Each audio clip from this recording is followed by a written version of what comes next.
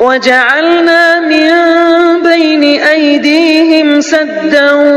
ومن خلفهم سدا فأغشيناهم فهم لا يبصرون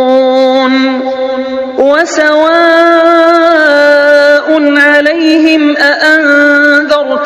أم لم تنذرهم لا يؤمنون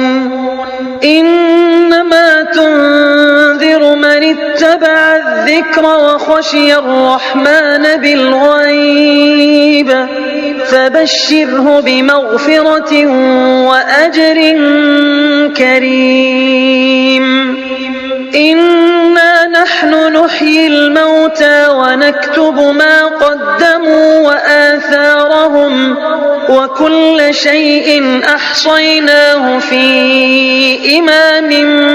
مبين.